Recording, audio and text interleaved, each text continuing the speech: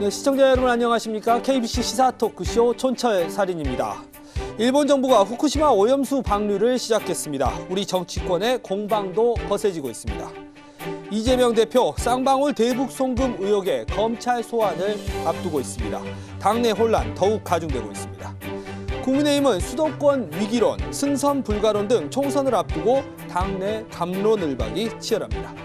한 주간의 이슈를 속속들이 파헤쳐 촌철살인 분석해보는 시간, 국민의힘 천하람 순천갑 당협위원장, 더불어민주당 설주환 법률위원회 부위원장과 함께하겠습니다. 어서 오십시오. 우리 설주환 변호사님은 요즘 곳곳에 이렇게 방송에 나오시고 또 라디오에도 출연하시던데. 네네. 아, 인기 최고예요. 요새. 그러니까요. 네. 요즘 인기의 비결이 뭔가요? 촌철살인이 아닐까요? 잘 알고 계시는 또 이재명 대표를 네. 과하게 또 옹호하지 않으면서 굉장히 또 균형 잡힌 논평들을 많이 하시더라고요. 그러니까 제가 들어봐도 합리적으로 이렇게 수긍되는. 네, 그래서 제가 보면서 이거 민주당 지지층에서 엄청 싫어하겠는데?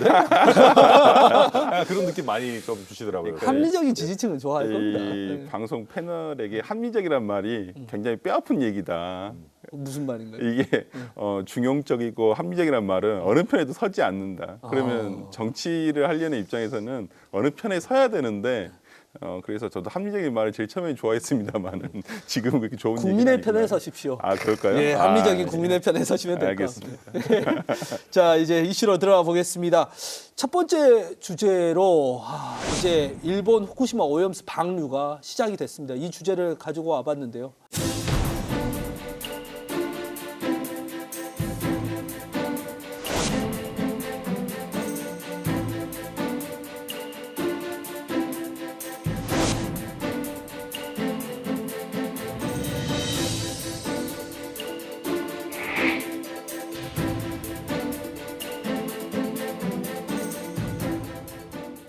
우리 천 변호사님, 네. 순천에 계시니까 네. 여수도 자주 가실 테고 고흥도 가끔 가실 테고 네. 어민들 많잖아요. 네. 걱정들 많으시겠어요? 그러니까 이게 지금 어민분들이 일단은 막 정치적으로 시끄럽고 이런 걸 다 떠나서 이 이슈가 굉장히 주목을 받는 거에 대해서 걱정이 너무 크시죠. 그러니까 지금 수산물 소비가 벌써부터 지금 줄어들고 있다라고 하는데 사실 우리나라의 그 수산업에 있어가지고 전남이 차지하는 비율이 굉장히 높거든요. 그죠? 예. 우리 수산업 시장이 뭐 추산하기에 따라서 뭐 구조 시장이다 뭐 이런 식으로 막 얘기를 하는데 그 중에 한 30-40% 이상을 전남이 담당을 하고 있습니다. 예. 워낙 저희가 양식도 많이 하고 뭐 이렇게 하다 보니까.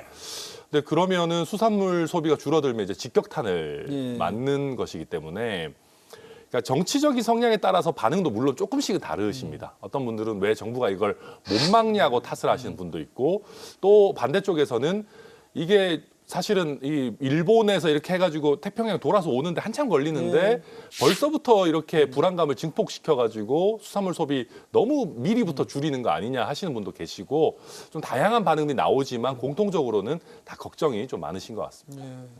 이게 설 변호사님, 우리 이게 오염수가 한 번 방류하고 끝나는 게 아니라 최소 30년? 뭐 일각에서는 이번 세기 내에 방류가 끝날 것 같지가 않다. 뭐 이런 전망도 제기돼요. 그러니까 계속 오염수가 계속 발생을 하잖아요. 지금 뭐 그 원자력 발전소가 어찌 보면 무너져 있는 상태인데 그걸 계속 식히기 위해서 물을 계속 투입을 해야 되니까 오염수가 흘러간 만큼 또 생기기 때문에 이게 30년 내에 끝나지 못한다는 것은 뭐 중론인 것 같고요. 오히려 더 그 이상 될 수도 있다는 얘기가 있고 그렇기 때문에 이걸 좀 일본 정부뿐만 아니라 전 세계적으로 한번 이거 고민을 좀 해봐야 돼요. 이걸 계속 이렇게 할 것인가 미봉책이거든요. 이걸 계속 바다에 흘려보내면서 그걸 뭐 안전하다고 뭐 믿는 것인지 어쩐 것인지 모르겠지만은 이 부분에 대해서 좀 정부 차원이라든지 아니면 미국이라든지 오히려 캐나다라든지 오히려 영향을 받을 수 있는 곳에서 이걸 계속 생각을 해봐야 되는데 오히려 좀 묵인하고 있는 것은 아닌가라는 생각이 좀 들고 가장 인접 국가인 우리나라가 가장 영향을 많이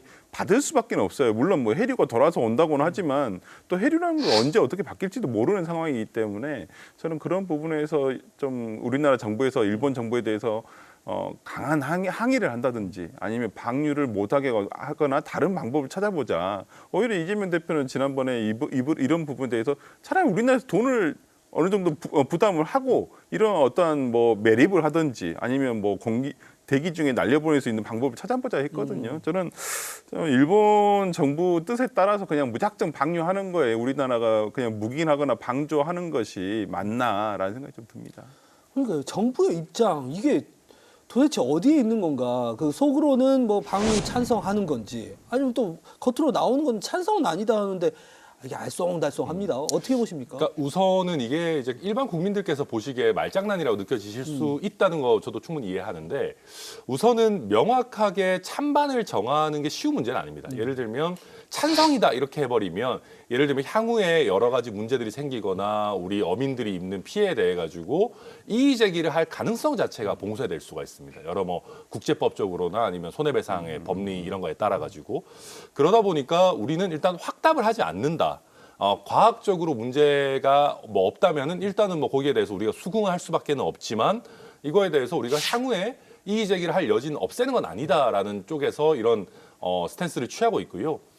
지금 이제 국무조정실 같은 데서 얘기하는 것도 대한민국 정부로서는 이렇게밖에 할 수 없다. 이게 사실은 윤석열 정부에 들어와서 스탠스가 확 바뀌었다기보다는 문재인 정부 때부터도 우리는 뭐 IAEA라든지 여러 전문가들의 어떤 과학적인 견해에 따라갈 수밖에 없다는 입장을 취했었고 사실 그때 당시에는 이제 국민의힘에서 오히려 더 강하게 이거 하면 안 된다라고 반대했었던 것이고 예. 그러니까 양쪽 다 뭐 지금 정치적 입장 차에 따라서 왔다 갔다 하지만 오히려 대한민국 정부는 일관된 입장으로 가고 있다라는 게 지금 현재의 입장이거든요. 예. 다만 이 부분에 있어가지고 제가 좀 뼈아프게 생각하는 것은 우리 정부가 그렇다고 하면은 뭘 별로 안 했었어야 되는데 뭐 홍보 영상 같은 거 맞아요. 이제 예. 그러면서 국민들이 보시기에는 이게 사실 찬성인데 그냥 뭐 정치적인 부담이나 아니면 향후 외교적인 관계 때문에 중립처럼 보이고 있는 거 아니냐라고 하는 부분은 저희가 뼈가 아픈 부분이고 다만 정부와 여당의 논리는 이게 일본을 돕는다는 취지보다는 우리 이제 어민들 수산업 하시는 분들이 어떤 풍문 피해라고 하죠 일본에서 예, 예. 소문으로 인한 피해를 입지 않도록 우리가 어느 정도 그런 면에서 하는 거다라는 뭐 입장입니다. 일본의 언론에서는 한국의 정부가 총선의 영향을 좀 최소화하기 위해서 차라리 얼른 방류를 해라 이렇게 비공식 요청이 있었다 이런 보도도 나왔어요. 그러니까요. 이러면은 뭐 이게 뭐 아니 이 오염수 방류 문제에 있어서 어민들 문제라든지 국민의 안전 문제를 먼저 챙겨야지 이게 총선 영향이나 챙기고 있어 이런 생각도 들 수 있거든요. 그러니까 국민을 얼마만큼 걱정하지 않는지 이 정부가 저는 여실히 보여준 면이라고 생각해요. 뭐 본인들은 아사히 신문의 그런 보도를 부인하고 있지만은 실제 아사히 신문의 내용대로 돼버렸잖아요. 이번에 미국 갔다 오자마자 지금 바로 방류하는 거 아니겠습니까? 네. 그렇다고 한다면 아사히 신문의 어떠한 보도가 뭐 저는 진실되지 않다? 그건 아닌 것 같아요. 우리 윤 대통령도 그러셨잖아요. 일본 사람들 정직하다고. 제 말이 아니에요. 그 기시다 총리가 사실은 더 일찍 하려고 그랬는데 뭐 한국과의 관계를 고려했다 이런 식으로 이제 사실 답변하기도 예. 했고 이거를 사실 저희가 뭐 대통령실이든 집권 여당이든 공식적으로 이런 얘기를 했겠습니까? 그냥 아마 제 생각에는 국민의힘 일각에서 그냥 약간 뭐 반농담 삼아 내지는 어떤 사석에서 네. 이왕 할 거면은 정치적인 영향을 고려해서 빨리 했으면 좋겠다 이런 얘기 하는 분들이 있어요. 솔직히 어느 정도 있을 수 있겠죠. 근데 이게 정부나 뭐 여당의 공식 입장으로 전해졌다라고 하는 거는 저는 믿기가 어렵다고 보고요. 네. 그리고 이게 이제 뭐 참 어려운 얘기입니다만은 지금 보시면 우리나라에 비해서 객관적으로 봤을 때 국력이 더 위에 있다라고 여겨지는 중국도 굉장히 극렬하게 반대하고 있습니다. 예. 근데 그런 상황에서도 일본은 방류를 결정하는 그런 상황이거든요. 예. 냉정하게 얘기해서 물론 우리가 국민들이 이 마음의 이 감정적인 면은 좀 달랐겠지만은 우리 대한민국 정부가 강하게 반대한다고 해서 이걸 막을 수 있었을까의 현실로는 있는 것이고 네. 그런 상황에서 우리 대한민국 정부가 이 부분에 대해서 너무 어떻게 보면 과하게 나가다 보면 결국 우리 어민들의 어떤 불안으로 여겨 또 이게 전이될 수가 있는 것이거든요. 그렇기 때문에 뭐 우리 윤석열 정부나 아니면 이전에 문재인 정부에서도 과학적인 면을 고려해가지고 뭐 차분하게 갈 수밖에 없다라는 그런 태도를 취할 수밖에 없는 게 우리 어민들을 생각한 대한민국 정부의 사실은 입장이 될 수밖에 없습니다. 저는 일본의 수산인 대표 예. 그 사람 말이 어느 정도 마음에 와닿는데 어떤 뭐라 말? 그랬냐면 안전하다라고 얘기는 하겠지만은 안심과는 다른 부분이다라는 거예요. 그러니까 뭐 과학적으로 안전하고 그럴 수도 있죠. 그렇지만은 그쪽 어민들도 마찬가지예요. 안심이 되지는 않는다는 거예요. 그게 꺼리껴지죠. 당연히 뭐 원자력 발전소에서 지금 예를 들어서 정상적으로 가동하고 있는 냉각수가 나오는 것만 해도 그걸 가지고도 반대를 많이 하거든요. 근데도 지금 오히려 이것은 오히려 원자라는 뭐 저도 과학적으로 정확하게 모르겠습니다만 이 독성 물질이 그대로 물에 다 있는 것들을 뭐 배출 이제 뭐 처리를 거쳐서 이제 배출한다고는 하지만은 오히려 삼중수소 같은 경우는 그 처리가 안 되니까 희석을 해서 내보낸다는 거잖아요. 근데 이러한 것들을 지금까지 하지 않았잖아요. 전 세계적으로 뭐 어떤 나라도 하지 않았는데 이걸 지금 태평양이라는 뭐 자기 앞바다도 아닌데 인류 공동의 자산인데 그걸 그냥 거기다 풀어버리겠다라고 하니까 거기에 대한 불안감을 씻을 수는 없다고 봐요. 그리고 아까 천 위원장님께서 말씀해 주신 대로 품평 피해, 정신적인 피해거든요. 거기에 대해서 일본 정부는 자국의 수산인에 대해서 지금 어떤 배상을 해주려고 그러거든요. 근데 왜 우리나라 수산인한테 안 하죠? 우리나라 2천억 정도를 기금을 마련한다고 국민의힘에서 정부와 함께 이야기. 누가요? 우리나라 정부가요? 예. 일본 정부가 해줘야지 왜 우리나라 정부가 해요? 우리나라 정부가 지금 방류하나요? 근데 난 그거 이해가 되지가 않아요. 그러니까 그런 부분에 대해서 왜 일본 정부에서는 아무 말도 없는데 우리나라 정부에서는 오히려 여기에 대해서 적극적으로 방조를 한다거나 적극적으로 묵인을 하고 있냐? 이건 우리 표현이 아니라 미국 CNN이라든지 오히려 그 CNN 뉴스를 보면 왜 한국 정부는 적극적으로 방조를 하고 있냐. 그리고 그린피스 회장도 마찬가지예요. 지금 한국 정부의 저러한 방조를 묵과할 수가 없다. 그만큼 외국에서는 이미 한국이 일본 정부의 방류 결정에 방조하고 있구나, 동의하고 있구나 이렇게 보고 있는데 우리나라에서만 정부에서만 찬성하거나 지지하지 않는다라는 어떤 말장난을 하고 있다는 것이 참 답답합니다. 근데 저는 그렇습니다.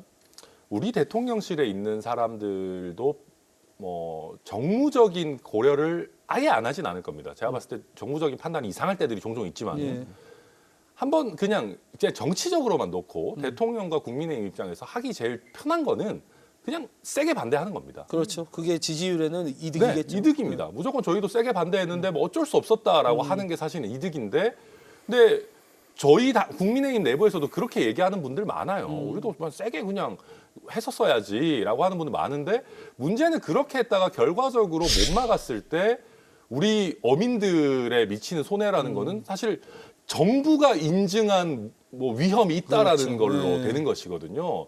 그러니까 그거를 고려를 안 할 수가 없는 부분인 것이고, 지금 이제 그 설 변호사님 잘 말씀해 주셨는데 우리가 안심하기는 쉽지 않죠. 사실은 우리가 뭐 쓰레기 소각장만 하나 지어도 안심하기 쉽지 않은데, 근데 민주당에서도 그렇고 이걸 방류를 반대하는 분들 쪽에서도 그렇고 과학적으로 이 방류를 막아야 할 결정적인 논증을 하지는 못했어요. 그러니까 IAEA가 뭐 객관적이지 않다, 제대로 시료를 채취했냐 이런 정황에 대한 문제 제기들은 있었지만은 IAEA 보고서의 그 신빙성을 확실하게 깨부술 만한 과학적인 논증은 이루어지지 않았습니다. 그러다 보니까 사실 이게 우리나라가 일본 바로 옆에 있긴 하지만 해류 때문에 이게 이렇게 돌기 때문에 사실 미국이나 캐나다 같은 태평양 반대쪽에 있는 국가들이 우리보다 먼저 영향을 받는다고 볼 여지들도 있거든요. 그렇기 때문에 그쪽에 있는 과학자들도 방류에 지금 적극적으로 반대는 하지 못하고 있는 상황이다. 그래서 이게 지금 우리 대한민국 정부로서도 이거 과학적으로 절대 하면 안 돼라고 하는 논증을 하기가 쉽지 않은 형편이다 말씀드리겠습니다. 민주당에서는 방류가 시작되기 전부터 해가지고 100시간 비상행동에 들어갔습니다. 이제 토요일 날 광화문에서 총집결을 하겠다 이렇게 하는데 사실은 생각했던 것보다는 이렇게 국민들의 호응이 민주당을 이렇게 따라와 주지는 않는 것 같다 이런 생각도 들어요. 어떻게 보십니까? 그렇게 보실 수도 있다고 생각하지만 저는 민주당이 그래도 해야 된다고 봐요. 야당의 역할은 이런 거라고 보거든요. 그리고 의회에서 할 수 있는 거, 정부가 예를 들어서 이런 식으로 하면 저는 의회에서라도 일본 정부에 대해서 반대를 한다거나 네. 아니면 저는 이러한 것들이 어떤 뭐 예를 들어서 불안감, 어민들에 대한 불안감을 높인다기보다는 오히려 실질적으로 그러면 아까도 말씀드렸습니다만 일본 정부에서 뭐 해줄 거냐 예.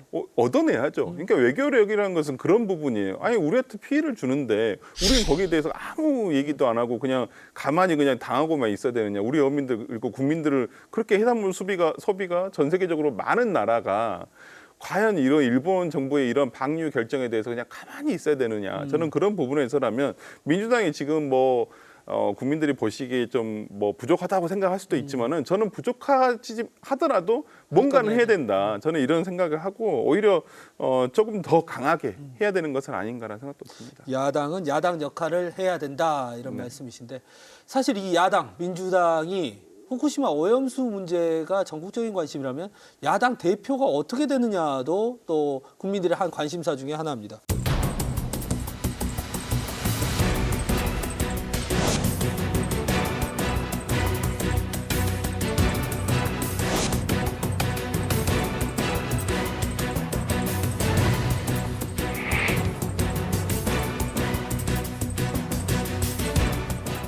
이재명 대표가 대북 송금 피의자로 입건되고 곧바로 검찰에 소환 조사 이제 통보가 왔습니다. 다음 주에 하게 될 것 같죠. 이재명 대표는 곧바로 하자 했는데 이게 받아들여지지 않았고 다음 네. 주 수요일, 목요일, 수요일쯤에 할 것 같은데.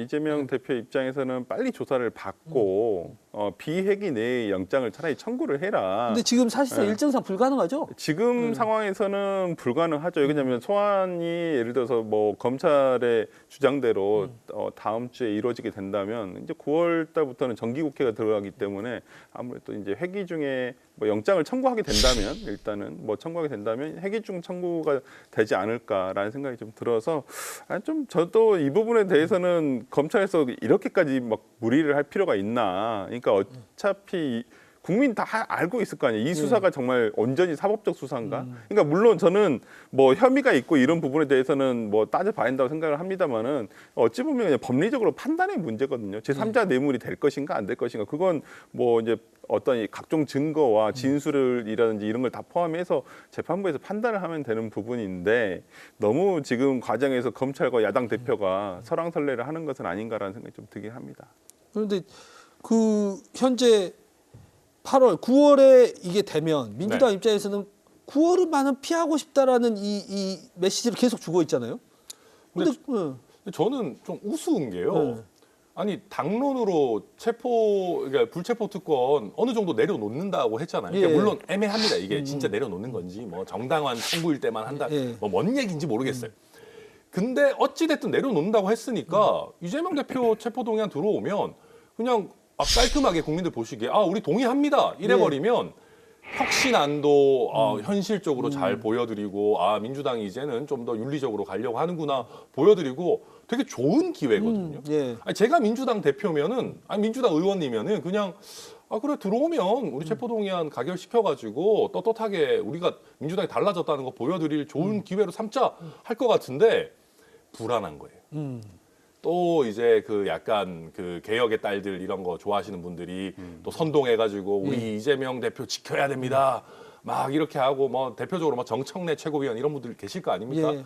그런 분들이 하면 또 당내에 분란이 생기고 뭐 하고 될 거다라는 게 불안한 거죠. 예. 근데 지금 한번 저는 여의도에 있는 사람들이 다 단체로 무슨 뭐 건망증 걸렸나 이런 생각이 드는 게 회기 아닐 때 청구해달라 이런 얘기 하잖아요. 당내 분란 때문에. 예. 근데 한번 잘 생각해 보십시오.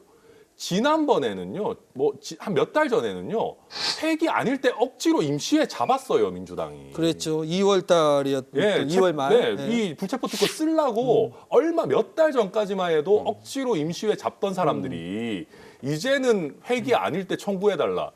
이게 지금 무슨 말이나 되는 소리입니까? 자기들이 그렇게 말도 안 되는 행동들을 했다면은 이제라도 체포동의안 들어오면 깔끔하게 그냥 가결시켜서 국민 앞에 변화된 모습을 보여드리면 되는데 그것도 할 자신이 없다?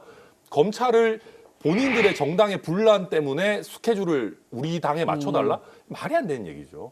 그러니까 오히려 저는 그러니까 이런 부분에 대해서 논란을 만드는 게 저는 오히려 이재명 대표를 존중하지 않는다고 봐요. 아, 원래 주변에 있는 사람들이. 네, 저는 이재명 대표가 이거 분명히 얘기했잖아요. 대표 연설을 통해서 당대표 연설을 통해서 분명히 국회에서 얘기를 했기 때문에 저는 이재명 대표가 이 뜻이 달라졌다고 생각하지는 않아요. 근데 옆에 있는 최고위원들이라고 하시는 이제 뭐 소위 친명이라고 얘기하시는 분들이 이런 부분에 대해서 이렇게 선동을 해버리면 당내에서 분란을 이분들이 일으키는 것이거든요. 그러니까 이분들의 말도 앞뒤가 안 맞는 게 뭐냐면 논리적으로 안 맞는 게 김은경 이분들이 지금 뭐 더혁신 혁신회인데 이분들이 지금 주장하는 게 지금 김은경 혁신위의 최종안을 최대한 수용을 해달라는 거예요. 지금 당에서 수용을 해달라고 하는 것인데 김은경 혁신위의 1호 안건 아까 말씀하셨잖아요. 불체포특권의 포기예요. 당론 채택을 얘기했었어요. 그렇다고 한다면 그러면 여기서 바로 반격이 들어올 수 있잖아요. 그럼 선택적이야? 항상 선택적으로만 이렇게 그러면 바로 우리 당의 내로남불 프레임에 바로 빠져드는 거예요. 그럴 필요가 없다는 거예요. 이재명 대표는 오히려 자신 있게 얘기를 하고 있는데 오히려 옆에서 이렇게 분란을 얘기를 하면서 서로 당내에서 이런 얘기 저런 얘기 나올 수 있게끔 하는 것이 자신들이 주장하는 내용도 논리가 맞지 않고 뭐 상황상도 저도 적절치가 않다고 보기 때문에 뭐 친명계 뭐 광주 이제 민영배 의원 같은 경우는 뭐 들어갔다 나오자 하는데 그건 법적으로 맞지도 않고 그렇기 때문에 그럼 다시 해야 돼요. 근데 그런 얘기를 아무리 지지자들의 호응을 얻고 싶기로서니 어떠한 뭐 국회의원으로서 그런 얘기를 하는 것이 저는 적정하지는 않다. 그리고 이게 뭐 제가 민주당 내부 상황을 뭐 아주 100% 잘하는 건 아니겠지만 이거 다 자기 장사예요. 진짜로. 그러니까 솔직히 말씀드리면은요. 여의도에 친명계라는 거는 원래 별로 없습니다. 원래 없었죠. 원래 근데 없어요. 요즘 많잖아요. 그러니까 전당대회 때도요. 제가 민주당에서 이제 만나는 분들 얘기하면 전당대회 때 내가 이재명이랑 친합니다. 뭐 이재명 대표를 잘 돕겠습니다. 이랬던 분들 중에 실제 이재명 대표랑 친한 사람 거의 없었어요. 다 약간 자기 장사였어요. 왜냐하면 그때는 이재명 대표가 대세니까 거기에 편승해가지고 최고위원 해야지라고 하는 분들이었어요. 시작 자체가. 왜냐하면 이재명 대표는 성남시 경기도에서 정치를 해왔기 때문에 애초에 여의도에 친한 사람이 별로 없어요. 그리고 그 과거에 학생운동 이런 걸 하셨던 분도 아니기 때문에 민주당 주류랑도 거리가 있단 말입니다. 근데 지금 어떻게 보면 과격하게 이재명 대표 지켜야 된다, 막 구속영장 들어와도 우리가 지켜야 된다 이런 얘기 하는 분들이 실제 이재명 대표랑 아주 친하거나 이재명 대표를 정말로 지키고 싶어서가 아니고 그냥 공천 시즌이고 지금 당원들 사이에서 특히 적극 당원들 사이에서 이재명 대표 지지가 높으니 이걸 내가 가져가겠다라는 취지인 거거든요. 그래서 그런 자기 장사 목적으로 사실은 지금 당을 굉장히 흔들고 있는 겁니다. 그렇다면은 그런 분석대로라면 이재명 대표가 만약에 어떤 검찰 수사에 있어가지고 구속이 된다거나 이런 거리 상태가 됐을 때는 또 이 자기 장사하는 분들이 또 포지션이 금방 변할 수 있겠네요. 저는 국민의힘도 마찬가지인데 가장 충성하는 사람들이 가장 빨리 등 돌릴 겁니다. 왜냐하면 그 충성하라는 이유가 보통은 이제 공천이에요. 아니면 뭔가 권력의 어떤 뭐 부스러기를 받으려고 하는 거기 때문에 이재명 대표가 공천을 안 할 것 같다라고 하면은요. 금방 등 돌릴 사람들을 수두룩합니다. 제가 봤을 때. 우리 천하람 위원장님은 가장 늦게 등을 돌릴 것 같습니다. 예. 이재명 대표가 이제 사실은 여러 가지가 있지만 이 공천 문제 때문에 더 이 수사를 지켜보는 거 아니겠습니까? 네네. 이른바 옥중 공천설도 나오고 플랜 B도 나오고 그런데 당내에서 실제로 뭐 옥중 공천 이게 가능성이 있다고 보신가요? 그러니까 저도 이제 뭐 당내에 계신 분들하고 만나거나 뭐 이렇게 저 방송하면서 만나시는 우리 당 인사들하고도 얘기를 해보면, 그러니까 뭐 본인들도 그냥 이런저런 생각을 하고 계세요. 근데 뭐 옥중 공천까지 해야 되나? 그러니까 저도 잘 모르겠습니다. 그러니까 저도 만약에 그런 일이 벌어지지 않았으면 제일 좋겠어요. 뭐 거리 상황이라든지 사고 상황이 나오지 않았으면 제일 좋겠지만은 만약에 그렇게 된다고 하면 저는 그때부터 고민이 시작되지 않을까, 민주당에서. 당내에서. 네, 당내에서. 물론 이재명 대표 측에서도 여러 가지 고민을 하고 있을 것이고, 그 고민 중에 하나가 이제 얼마 전에 나왔던 10월 사퇴설이란 말도 있고, 그래서 저는 그러한 고민들을 하고 있는 과정이지 않을까. 그리고 뭐 예를 들어서 이재명 대표 측과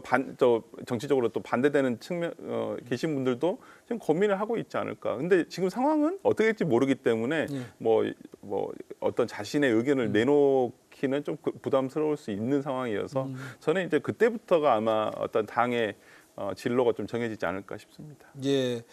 우리 천하람 위원장님이 지금 순천에 계시는데 네. 최근에 광주 전남에서 이른바 친명계 후보라고 이제 총선을 준비하시는 분들이 대거 이 특보 임명장을 받았더라고요. 이건 또 어떻게 보셨습니까? 이게 이제 어떻게 보면 제가 아까 말씀드렸듯이 이재명 대표가 원내에 본인 세력이라는 게 사실 없습니다. 예. 그러다 보니까 원외에 있는 그 출마 예정자들에게 이재명 표 인증 마크를 찍어줘가지고 예. 그러면 사실 도와주는 거잖아요. 예. 그러면 정치에서 약간의 어떻게 보면 자기 세력이 생기는 겁니다.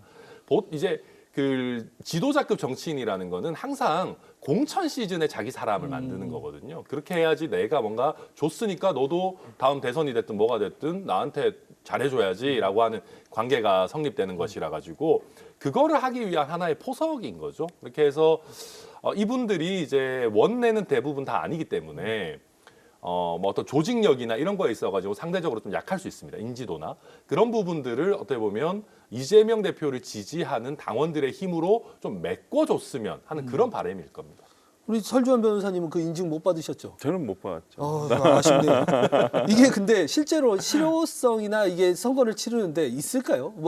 뭐 자객 공천이다 뭐 이런 말도 나오고. 그러니까 지금 그러니까 이게 되게 대표 측에서도 상당히 특보 임명을 하면서도 뭐 좀 예를 들어서 언론에 이것을 막 좀 크게 안 했으면 좋겠다라고 근데 얘기를 후보들이 다 하고 있죠. 다 하고 계시더라고요. 네. 근데 이게 좋은 게 아니라 다 지금 민주당 현역이 있는 곳들이에요. 그렇죠. 대부분이. 근데 이렇게 돼버리면 그러면 대표 입장에서도 당을 끌고 가기가 쉽지가 않을 거예요. 특히나 지금 체포동의안이 만약에 넘어오게 된다면 여기 어떻게 설득을 해요. 당연히 그분들이 내 지역구에 이재명 대표의 특보들이 여기 와서 또 지금 나오려고 한다? 저는 모르겠습니다. 그게 과연 이재명 대표를 도와줄지 안 도와줄지. 저는 이런 면에서는 좀 조용히 할 필요도 있었고 굳이 언론에 내보낼 필요가 있었을까라는 생각 좀 들어서 뭐 가까운 건 다 알잖아요. 누구랑 친하다. 근데 그걸 굳이 이렇게 언론에 공표할 필요는 있었을까라는 생각이 들어요. 저도 좀 타이밍도 좀 이상한 것 같아요. 시기도. 네. 그러니까 지금 보면 민주당 같은 경우는 그 경선을 위한 당원 모집이라는 게 거의 다 아니라 마무리됐잖아요. 네. 그럼 차라리 이거를 좀 시기를 앞당겨가지고 뭐 좀 해서 당원 모집에 도움이 될 수 있도록 하는 것도 아니고 설 변호사의 말씀처럼 이미 당원 모집 다 끝났는데 한정된 파일을 가지고 싸우는 이 상황에서 특보 인증 마크를 지금 찍어준다고 하면 경쟁자들이 가만히 있지 않거든요. 예. 보통 보면 특히 유력한 지역구는 한 지역구에 이제 경쟁하는 사람들이 뭐 7, 8명씩 있는데 한 명 인증 마크 찍어주면 6, 7명을 적으로 돌리는 거잖아요. 그러니까 이 타이밍에 특히 본인이 취약한 이 타이밍에 이거를 왜 해가지고 적을 더 늘리는지 저로서는 사실 좀 이해하기가 어렵습니다. 아마 그 후보들의 요구도 좀 있었던 것 같고요. 뭐 그런 상황인 것 같습니다.